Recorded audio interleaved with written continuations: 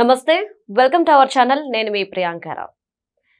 PPP పద్ధతిలో medical కాలేజీల్ని నిర్వహించాలని చెప్పేసి ప్రభుత్వం తీసుకున్న నిర్ణయం మనందరికీ తెలిసిందే. అయితే ఈ నేపథ్యంలో ఇప్పుడు వైసీపీ వాళ్ళు ఒక ప్రచారం చేసుకుంటున్నారు. వాస్తవానికి ఏంటంటే ఒక కాలేజీకి మాత్రమే బిడ్ వచ్చింది, మిగిలిన వాటికి రాలేదు అని చెప్పేసి ఇది జగన్మోహన్ రెడ్డి గారి విజయంగా ఒక ప్రచారం అనేది జరుగుతుంది. వాస్తవం ఏంటి? నిజంగా జగన్మోహన్ రెడ్డి గారి బెదిరింపుల కారణంగా ఎవరు ముందుకు రావట్లేదా, లేదు అంటే ఇంకేమైనా కారణాలు ఉన్నాయా అనేది తెలుసుకుందాం. మనతో మాట్లాడడానికి ప్రముఖ పొలిటికల్ అనలిస్ట్ అప్పసాని రాజేష్ గారు ఉన్నారు. ఆయన అడిగి తెలుసుకుందాం. నమస్కారం సార్. నమస్కారం సార్, వైసీపీ వాళ్ళు చేస్తున్న ప్రచారం, మేము పీపీపీ వాళ్ళని వ్యతిరేకించాం, మేము బెదిరించాం, మాకు భయపడి ఈ రోజు ఎవరు ముందుకు రావట్లేదు అని చెప్పేసి ఇది మా విజయం అని చెప్పేసి అంటున్నారు. వాస్తవానికి ఎందుకు మిగిలిన కాలేజెస్కి బిడ్ దాఖలు చేసిన ఎవరు రాలేదు, ఒక కాలేజ్కి మాత్రం ఎందుకు వచ్చింది? ఇప్పుడు యాక్చువల్గా ఎప్పుడైతే జగన్మోహన్ రెడ్డి గారు ప్రభుత్వ పాలసీ అయిన పబ్లిక్ ప్రైవేట్ పార్ట్నర్షిప్ విధానంలో మెడికల్ కళాశాలలు అండ్ బోధనాసుపత్రులు నిర్మాణం అండ్ నిర్వహణ జరగాలని ప్రభుత్వం ఒక పాలసీ తీసుకొచ్చిందో దాన్ని వ్యతిరేకిస్తూ ఆయన రాష్ట్ర వ్యాప్తంగా 1 కోటి సంతకాల పేరిట ఒక ఉద్యమ కార్యాచరణ తీసుకున్నారు.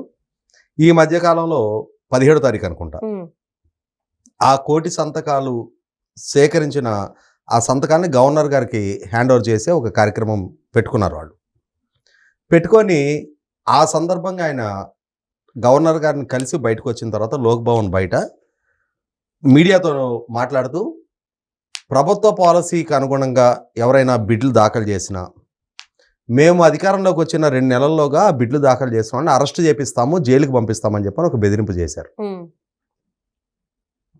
100కి 100 రూపాయలు ఈ బెదిరింపు జరిగిన తరువాత బిడ్డింగ్ ప్రక్రియ ముగిసింది.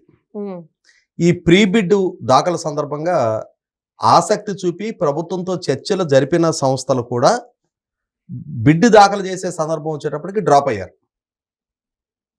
డ్రాప్ అయిన నేపథ్యంలో మొన్న బిడ్లు ఓపెన్ చేసిన తర్వాత ఆదోని కాలేజీకి మాత్రమే బిడ్ దాఖలైంది, మిగిలిన కాలేజీలకి బిడ్ దాఖలు కాలేదు. దాంతో ప్రభుత్వం వైపు నుంచి, ఎన్డీఏ కూటమి వైపు నుంచి ఇవాళ రాష్ట్రంలో ఆసక్తి కనపరిచే సంస్థల్ని లేదు పెట్టుబడిదారులని, పారిశ్రామికవేత్తలను జగన్మోహన్ రెడ్డి ఈ విధంగా బెదిరిస్తున్నాడు. ఈ బెదిరిస్తున్నందుకు గాను వాళ్ళు కొంచెం సంకోచించి ఈ విధంగా పెట్టుబడులు పెట్టడానికి వెనకడుగేస్తున్నారు అని చెప్పని ఆ వైపు నుంచి విమర్శలు వస్తూ ఉన్నాయి. డెఫినెట్గా దానికి తగ్గట్టుగానే ఈ వైపు కూడా చూసారా, మా నాయకుడు ఒక్క మాట చెప్పగానే ప్రభుత్వ పాలసీని కూడా ఫెయిల్ చేస్తూ ఇవాళ బిడ్ దాఖలు చేయడానికి కూడా ఎవరు ముందుకు రాలేదు అని చెప్పని అదే సందర్భంలో వైసీపీ అఫీషియల్లో, వైఎస్ఆర్ కాంగ్రెస్ పార్టీ అఫీషియల్ పేజ్లో ఒక ప్రకటన వచ్చింది. ఏమని వచ్చింది? ఇవాళ జగన్మోహన్ రెడ్డి గారు ఈ విధంగా చెప్పిన తర్వాత కూడా ఆదోని మెడికల్ కళాశాలకి కిమ్స్ సంస్థకు సంబంధించిన బొల్లేని భాస్కర్ రావు ఆయన బిడ్డు దాఖలు చేశాడు. ఈయన కమ్మ సామాజిక వర్గీయుడు. చంద్రబాబు నాయుడు రాష్ట్ర వ్యాప్తంగా ప్రభుత్వ ఆస్తుల్ని, వనరుల్ని కమ్మ సామాజిక వర్గీయులకు దోచిపెడతా ఉన్నాడు. ఇవాళ జగన్మోహన్ రెడ్డి గారు ఈ విధంగా హెచ్చరించిన తర్వాత కూడా ఇతను బరితెగించి ముందుకొచ్చి బిడ్డు దాఖలు చేశాడు కాబట్టి రేపటి రోజున ఇతను సంగతి చూడాల్సిందే అని చెప్పని. అంటే ఇక్కడ ఒక సంస్థ బిడ్డు దాఖలు చేసింది, ఆ దాఖలు చేసిన సంస్థ కులాన్ని ఎందుకు ప్రస్తావిస్తున్నారు? ఇవాళ రాష్ట్రంలో ఆసక్తి కనపరిచి పెట్టుబడి పెట్టాలి అనుకున్న ఒక సంస్థ ముందుకు వచ్చినప్పుడు ఆ సంస్థ యజమానుల కులాన్ని గురించి ప్రస్తావించే సందర్భంలో ఇలా ప్రస్తావించిన ఈ సోకాల్డ్ వైసీపీ పార్టీ చెప్పాల్సిన వివరణ ఏంటి అంటే, ఇప్పుడు ఎవరైతే ఈ బొల్లేని భాస్కరరావు గారు ఉన్నారో ఆయన రాష్ట్ర మాజీ ముఖ్యమంత్రి భవనం వెంకటరామరెడ్డి గారి అల్లుడు. ఓకే. సన్షైన్ హాస్పిటల్ అధినేతగా మనకందరికీ హైదరాబాద్లో చిరపరిచితుడైన, సుపరిచితుడైన డాక్టర్ గురవారెడ్డి గారికి స్వయనా తోడలుడు. ఓకే. ఇక్కడ ఇంకొక అడుగు కూడా మాట్లాడుకోవాల్సిన అవసరం ఉంది. ఈ భవనం వెంకటరామరెడ్డి గారి సతీమణి భవనం జయప్రద గారు కమ్మ సామాజిక వర్గీయులు. అంటే భవనం వెంకటరామరెడ్డి గారు ముఖ్యమంత్రిగా పనిచేసిందే 80 దశకంలో. అవును. ఆయన పెళ్లి చేసుకొని అంటే బహుశా నేను అనుకుంటా 50 దశకంలోనే ఎప్పుడో పెళ్ళి అయి ఉంటుంది ఆయనకి. అవును. ఆ రోజుల్లోనే ఆయన కులాంతర వివాహం చేసుకున్నాడు. అవును. ఆయన సంతానం కూడా కులాంతర వివాహాలు చేసుకున్నారు. అంటే దాదాపుగా 60-70 సంవత్సరాలుగా సమాజంలో కులం ఎంత ప్రాముఖ్యత సంపాదించుకుందని చెప్పని చెప్పుకుంటున్నామో, అదే సందర్భంలో చాలా మంది కులానికి అంతగా ప్రాధాన్యత కూడా ఇవ్వలేదనేది వాస్తవం. నిజమే సార్. అటువంటిది ఇవాళ ఒక సంస్థ ముందుకొచ్చి వాళ్ళు పెట్టుబడి పెట్టాలి అని చెప్పని ఒక నిర్ణయం తీసుకుంటే, ఆ సంస్థ యజమాని కులం గురించి ప్రస్తావిస్తా ఉన్నారు. ఏ వ్యక్తి అయితే కులాంతర వివాహం చేసుకున్నాడో ఆయన కులం గురించి ప్రస్తావిస్తా ఉన్నారు. సరే, అదొక అంశం పక్కకు పెడితే, రీసెంట్గా మొన్న 24వ తారీఖు రోజు ఉదయం పూట ఒక శాటిలైట్ ఛానల్ డిబేట్లో ఇదే అంశం గురించి నేను మాట్లాడాను. Okay sir. నా చర్చను ఫాలో అయిన తర్వాత, చర్చ ముగిసిన తర్వాత నాకు ఒక ఆయన కాల్ చేశారు. వాళ్ళు కూడా ఈ బిడ్డింగ్ లో పాల్గొనాలి అని చెప్పని ఆసక్తి కనపరిచి ప్రభుత్వంతో సంప్రదింపులు జరిపిన వాళ్ళలో ఒకళ్ళు. అంటే ప్రీ బిడ్లో పాల్గొన్న 5గురిలో వాళ్ళు లేరు, కానీ ముందు కొంత ఆసక్తి కనపరిచి ప్రభుత్వంతో కొంత ఆ కండిషన్స్ ఏమున్నాయి ఏంటి అనేది నెగోషియేట్ చేసిన వ్యక్తుల్లో వీళ్ళు కూడా ఒకళ్ళు. వాళ్ళు చెప్పింది ఏంటి అంటే, ప్రభుత్వం చాలా కఠినతరమైన నిబంధనలు విధించింది. ఇవాళ ఇప్పుడు కిమ్స్ హాస్పిటల్ వాళ్ళు ఉన్నారు అని అంటే, వాళ్ళు ఆల్రెడీ వాళ్ళకి ఎగ్జిస్టింగ్ హాస్పిటల్స్ ఉన్నాయి. ఆదోని లాంటి ప్రాంతంలో ఈ హాస్పిటల్ వాళ్ళు ఎస్టాబ్లిష్ చేయడం ద్వారా అటు కర్ణాటక వైపు నుంచి ఇటు చాలా క్యాచ్మెంట్ వాళ్ళకి, అంటే చాలా ఏరియాల్లో అటువంటి సూపర్ స్పెషాలిటీ హాస్పిటల్ లేని ఒక డ్రై ఏరియాలో వాళ్ళు ఆ హాస్పిటల్ పెట్టడానికి ముందుకు వస్తున్నారు. తద్వారా వాళ్ళకి అదొక రిఫరెన్స్ హాస్పిటల్గా ఉపయోగపడుతుంది. అంటే హైదరాబాద్లో, నెల్లూరులో, రాజమండ్రిలో, శ్రీకాకుళంలో కూడా వాళ్ళకి మెడికల్ కాలేజ్ ఉంది. అటువంటి ఆల్రెడీ ఎగ్జిస్టింగ్ ఫీల్డ్లో ఉన్నవాళ్ళు కాబట్టి వాళ్ళకి అక్కడ హాస్పిటల్ పెట్టడం అనేది కమర్షియల్గా వైబుల్.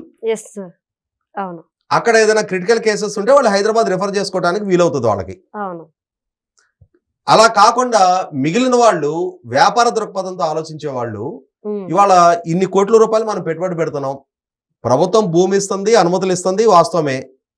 కానీ ఇన్ని కోట్ల రూపాయలు మనం పెట్టుబడి పెట్టినప్పుడు కమర్షియల్ వైబిలిటీ పరంగా చూసుకున్నప్పుడు ప్రభుత్వం విధిస్తున్న నిబంధనలు, ప్రభుత్వం కార్పొరేట్ సోషల్ రెస్పాన్సిబిలిటీ ద్వారా చారిటీగా ముందుకొచ్చే వాళ్ళకి విధించే నిబంధనలు ఇవాళ కమర్షియల్గా ముందుకొచ్చే వాళ్ళకి ఆ విధమైన నిబంధనలు పెట్టడం అనేది కమర్షియల్గా వైబుల్ కాదనే ఉద్దేశంతో చాలా మంది వెనకడిగేస్తా ఉన్నారు. ప్రభుత్వం తన నిబంధనలు కొంత సడలించుకోవాల్సిన అవసరం ఉంది. ఇవాళ చారిటీ కోసమని 100 కోట్ల రూపాయలు పెట్టగలిగే వ్యాపారస్తులు ఉండరు. కార్పొరేట్ కంపెనీలు ఇవాళ వేలాది కోట్ల రూపాయల టర్నోవర్ కలిగిన పెద్ద పెద్ద కంపెనీలు వాళ్ళు కార్పొరేట్ సోషల్ రెస్పాన్సిబిలిటీ కింద వాళ్ళు ముందుకొస్తే రావచ్చు, కానీ వ్యాపార దృక్పథంతో ఆలోచించే వాళ్ళు ముందుకు రాలేరు. కాబట్టి ప్రభుత్వ నిబంధనలు కొంత సడలించుకోవాల్సిన అవసరం ఉంది అని చెప్పని ఆయన చెప్పారు.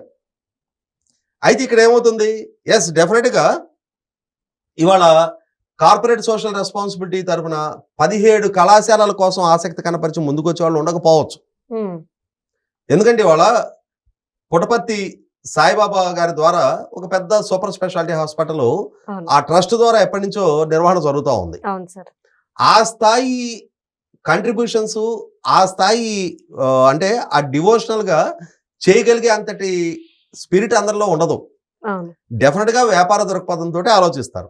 ఇవాళ మనం 100 కోట్ల రూపాయలు పెట్టుబడి పెడుతున్నాం, ఈ 100 కోట్ల రూపాయలు ఎలా రిలీజ్ అవుతాయి? 33 years ఆర్ 34 years మనకి ఇందులో స్టేక్ ఉంటుంది. ఈ 34 సంవత్సరాల్లో మన పెట్టుబడి వెనక్కి రప్పించుకోవాలి, మన పెట్టుబడి మీద లాభం కూడా సంపాదించుకోవాల్సిన అవసరం ఉన్న రీత్యా ప్రభుత్వ నిబంధనలు వ్యాపారానికి అనుకూలంగా ఉన్నాయా లేవా అనేది వాళ్ళు పరిశీలించుకుంటారు. అక్కడ ఉన్న ఆ కొద్దిపాటి ఆ సంక్లిష్టత కారణంగా ఆసక్తి కనపరిచి చర్చలు జరిపిన వాళ్ళు కూడా వెనకడుగేశారు. లేకుంటే ఇవాళ మనం చూసాం, మనం సిఏఏ కన్వెన్షన్కి ముందుగానే సుమారుగా 10.5 లక్షల కోట్ల రూపాయల పారిశ్రామిక ఒప్పందాలు జరిగినాయి. భారీ పారిశ్రామిక ఒప్పందాలు జరిగినాయి. ఎన్టీపీసీ గ్రీన్ హైడ్రోజన్ ప్రాజెక్ట్ కానీ, అలాగే బీపీసీఎల్ ప్రాజెక్ట్ కానీ, ఆర్సిలర్ మెటర్ ప్రాజెక్ట్ కానీ, ఇటువంటివి లక్షల కోట్ల రూపాయల పెట్టుబడి ఒప్పందాలు జరిగినాయి. మరి సిఐఏ కన్వెన్షన్ విశాఖపట్నంలో జరిగినప్పుడు 13 లక్షల కోట్ల రూపాయల ఒప్పందాలు జరిగినాయి. సుమారుగా 20 లక్షల కోట్లకు పైగా ఒప్పందాలు ఇప్పటికే జరిగినాయి. జగన్మోహన్ రెడ్డి గారు రాష్ట్రంలోనే ఉన్నారు. గత 5 సంవత్సరాల పాలకుడిగా ఆయన పాలన చూశారు. ఇప్పుడు ఆయన పాలనా విధానాలు ఎలా ఉంటాయి, ఆయన రాజకీయ విధానాలు ఎలా ఉంటాయి అనేది తెలుసుండి కూడా ఇవాళ రాష్ట్ర ప్రభుత్వం తీసుకొచ్చిన పాలసీస్కి అనుగుణంగా ఇన్ని లక్షల కోట్ల రూపాయల వివిధ రంగాలకు సంబంధించిన పారిశ్రామిక పెట్టుబడులు పెట్టడానికి పారిశ్రామికవేత్తలు ముందుకు వచ్చారు కదా. కాబట్టి అక్కడ జగన్మోహన్ రెడ్డిని చూసి భయపడే పని అయితే ఇవాళ జగన్మోహన్ రెడ్డి రాజధానిని విధ్వంసం చేశాడు, 3 రాజధానుల ప్రస్తావన తీసుకొచ్చాడు, పోలవరం ప్రాజెక్టుని పడకేయించాడు. ఇవాళ ఆ పనులన్నీ వేగవంతం అవుతున్నాయి కదా. ఇవాళ 50,000 కోట్ల రూపాయల పైగా పనులు ఆల్రెడీ రాజధానిలో గ్రౌండింగ్ అయిపోయినాయి కదా. అక్కడ సంస్థలు ముందుకొచ్చి పనులు చేస్తున్నాయి కదా. అరే మళ్ళీ రేపు రోజు నీ రాజధాని ఉంటుందో ఉండదో, మళ్ళీ రేపు జగన్మోహన్ రెడ్డి వస్తే ఏం చేస్తాడో అనే భయాలు సంకోచాలు లేకుండా పెట్టుబడిదారులు పెట్టుబడి పెడుతున్నారు కదా. కాబట్టి ఇక్కడ ఇవాళ ప్రభుత్వం తీసుకొచ్చిన పాలసీస్, ఎంఎస్ఎంఈకి ఒక పాలసీ తీసుకొచ్చింది, అలాగే నాన్ కన్వెన్షనల్ పవర్ జనరేషన్కి సంబంధించి పాలసీస్ తీసుకొచ్చింది, ఇండస్ట్రియల్ పాలసీస్ తీసుకొచ్చింది, టూరిజం పాలసీస్ తీసుకొచ్చింది, ఫుడ్ ప్రాసెసింగ్కి సంబంధించి పాలసీస్ తీసుకొచ్చింది. వాటికి అనుగుణంగా ఒక్కొక్క రంగంలో వేలాది కోట్ల రూపాయల పారిశ్రామిక ఒప్పందాలు ఖరారు అవుతున్నాయి కదా. అవి ఆయా రంగాలకు సంబంధించి ఆ పాలసీస్ అనుకూలంగా ఉన్నాయి. ఇవాళ ఈ పీపీపీ విధానానికి సంబంధించి ప్రభుత్వం ఇవాళ పెట్టుబడిదారుల ముందు పెట్టిన పాలసీ పెట్టుబడిదారులకు అనుకూలంగా లేదని వాళ్ళు ఫీల్ అవుతున్నారని చెప్పని ఆ రంగంలో ఆసక్తి కనపరిచిన ఒక వ్యక్తే నాకు పరిమాల చెప్పారు. కాబట్టి ప్రభుత్వం వాటిని డెఫినెట్గా మార్పు చేర్పులు చేసుకుంటుంది. ఇవాళ అందరికందరూ చారిటీగా 100 కోట్ల రూపాయలు పెట్టి కళాశాల నిర్మాణం చేసి హాస్పిటల్ నిర్మాణం చేసే అంతటి ఉదారత, అంతటి స్థాయి, శక్తి సామర్థ్యాలు ఎంతమందికి ఉంటాయి? వ్యాపార దృక్పథంతో ఆలోచిస్తారు. ఇవాళ మనం వ్యాపారం చేస్తున్నాం, ప్రభుత్వంతో ఒక వ్యాపార ఒప్పందం చేసుకుంటున్నాం మనం అన్న కోణంలోనే ఆలోచిస్తారు. ఇవాళ 100 ప్రైవేట్ ఇంజనీరింగ్ కాలేజీలు ఉన్నాయి, ప్రైవేట్ కళాశాలలు నడుస్తూ ఉన్నాయి. ఇవాళ ఇంటర్మీడియట్ విద్య నుంచి, స్కూల్ విద్య నుంచి ప్రైవేట్ స్కూల్స్, ఇవాళ కాలేజీలు నడుస్తూ ఉన్నాయి. అలాగే ఇవాళ మెడికల్ కళాశాలల్లో కూడా భాగస్వాములుగా అయ్యేవాళ్ళు వ్యాపార దృక్పథంతో ఆలోచించే వాళ్ళకి అనుగుణంగా ప్రభుత్వ పాలసీస్ మార్పు చేర్పులు చేయాల్సిన అవసరం ఉంది. ఆ దిశగా ఇప్పుడు ఎదురైన అనుభవం రీత్యా ప్రభుత్వం తన పాలసీస్ని మార్పు చేర్పులు చేసుకున్న రోజున ఈ 17 కాలేజీలకి ఇప్పుడు ఆదోని కాలేజీ పోతే మిగిలిన కళాశాలలకు కూడా ఏకమొత్తంలో ప్రభుత్వం ముందు పెట్టిన ప్రపోజల్స్కి అనుకూలంగా బిడ్లు వస్తాయి. అప్పుడు ఇవాళ జగన్మోహన్ రెడ్డిని చూసి భయపడ్డారు, భయకంపితులు అయిపోయారు, ఉడికిపోయారు, బిడ్లు దాఖలు చేయలేదని చెప్పని చెప్పుకునే వాళ్ళు ఆ రోజు సమాధానం చెప్తారు. నిన్నే చూసే ఒక యూట్యూబ్ ఛానల్ వ్యక్తి కూడా మాట్లాడుతూ ఉన్నాడు. జగన్మోహన్ రెడ్డి ప్రభుత్వం మీద పైచేయి సాధించాడు, బిడ్డు దాఖలు కాకుండా అతను చూసుకోగలిగాడు అని చెప్పని.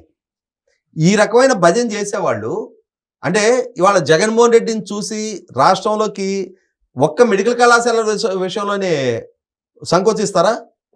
మరి లక్షల కోట్ల పారిశ్రామిక పెట్టుబడిదారులు వాళ్ళు సంకోచించాలిగా. వాళ్ళెవరు డోంట్ కేర్ అంటున్నారు కదా. జగన్మోహన్ రెడ్డి రేపు రోజున మళ్ళీ తిరిగి వస్తాడు, మళ్ళీ ఏదైనా మాకు వ్యతిరేకంగా నిర్ణయాలు తీసుకుంటారని చెప్పన్న లక్షల కోట్ల పారిశ్రామిక పెట్టుబడులు పెట్టేవాళ్ళు ఏం ఆలోచించడం లేదు కదా. అటువంటిప్పుడు ఒక్క మెడికల్ కళాశాలల విషయంలో ఎందుకు ఆలోచిస్తారు? ఎందుకు ఆలోచించరు అని అంటే జగన్మోహన్ రెడ్డి ఏమీ చేయలేడు. కారణం ఏంటి అంటే ఒక ప్రభుత్వ పాలసీకి అనుగుణంగా బిడ్డు దాఖలు చేసి ఆ బిడ్డు పొంది వాళ్ళు పెట్టుబడి పెట్టి వాళ్ళకి అనుమతులతోటి వాళ్ళు నిర్వహణ చేసేటప్పుడు తర్వాత వచ్చే ప్రభుత్వం ఆ రోజు ఆ ప్రభుత్వం తీసుకొచ్చిన పాలసీస్ని రివైజ్ చేస్తే చేసుకోవడానికి ఆస్కారం రావచ్చు. కానీ ప్రభుత్వ పాలసీకి అనుగుణంగా పెట్టుబడి పెట్టిన పెట్టుబడిదారుల్ని జైలు పాలు చేస్తామని జగన్మోహన్ రెడ్డి ఇచ్చే స్టేట్మెంట్ అవగాహన రాహిత్యం స్టేట్మెంట్.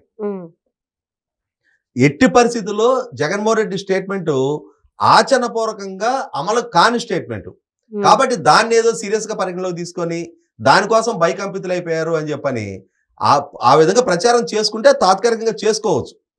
కానీ రేపు రోజున ప్రభుత్వం ఇంకొంచెం ఎక్సర్సైజ్ చేసి ఈ పెట్టుబడిదారులకు అనుకూలంగా కొన్ని సవరణలు చేసి మెరుగైన పాలసీస్ తోటి ముందుకు వచ్చిన రోజున ఆ రోజున ఈ కాలేజీలకు అన్నిటికీ బిడ్లు దాఖలైతే అప్పుడు తల ఎక్కడ పెట్టుకుంటారు? రేపు జరగబోయేది అదే. ఎట్టి పరిస్థితుల్లో కేంద్ర ప్రభుత్వం కూడా జేపీ నడ్డా గారు మొన్నే సత్యకుమార్ గారికి ఒక లేఖ రాశారు. పీపీపీ విధానం వల్లే రేపటి రోజున ఇన్ఫ్రాస్ట్రక్చర్ అభివృద్ధి చెందడానికి కానీ మెరుగైన సేవలు అందడానికి కానీ ఆస్కారం ఉంది. మీరు ఈ విధానాన్ని కొనసాగించండి అని చెప్పని ఇవాళ కేంద్ర ప్రభుత్వ విధానాన్ని కూడా రీట్రేట్ చేస్తూ దీంట్లో కేంద్ర ప్రభుత్వ కంట్రిబ్యూషన్ కూడా ఉంటుంది అని చెప్పని ఆయన లేఖ రాయటం జరిగింది. అలా లేఖ రాసిన నేపథ్యంలో ఇవాళ రాష్ట్ర ప్రభుత్వం ఇదే మా విధానము అని చెప్పని నిన్న అటల్ బిహారీ వాజ్పేయి గారి విగ్రహావిష్కరణ సభలో కూడా చంద్రబాబు నాయుడు గారు రాష్ట్ర ముఖ్యమంత్రి హోదాలో మరొకసారి రీట్రేట్ చేశారు. ఖచ్చితంగా ఒక చిన్న సంక్లిష్ట పరిస్థితి ఎదురైంది వాస్తవం. బిడ్డలు దాఖలు కాకపోవడం అనేది ప్రభుత్వ పాలసీస్ని రివైజ్ చేసుకుంటారు. అది చేసుకొని మెరుగైన పాలసీస్తో ముందుకు రావటం ఖాయం, బిడ్డలు దాఖలు కావటం ఖాయం. ఇవాళ ప్రభుత్వం తాను సంకల్పించిన విధంగానే అన్నిటికన్నీ మెడికల్ కళాశాలలు కూడా పీపీపీ రంగంలో ముందుకు వెళ్ళటం ఖాయం. Right, thank you so much sir.